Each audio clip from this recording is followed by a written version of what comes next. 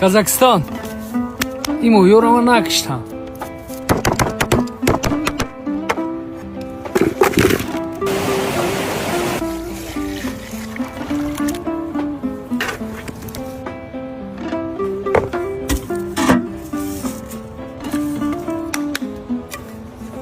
آرد بزنم. این خیلی قسم نیست. زندگی تاره چی دیگه؟ مویو گناه داشته باشه. در نوشنکا گفته اگه میخورده هیچ گناه گره. دروغ میدوزیم شما.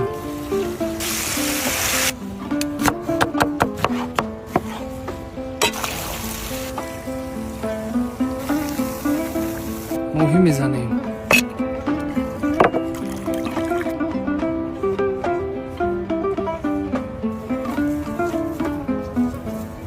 بسم الله.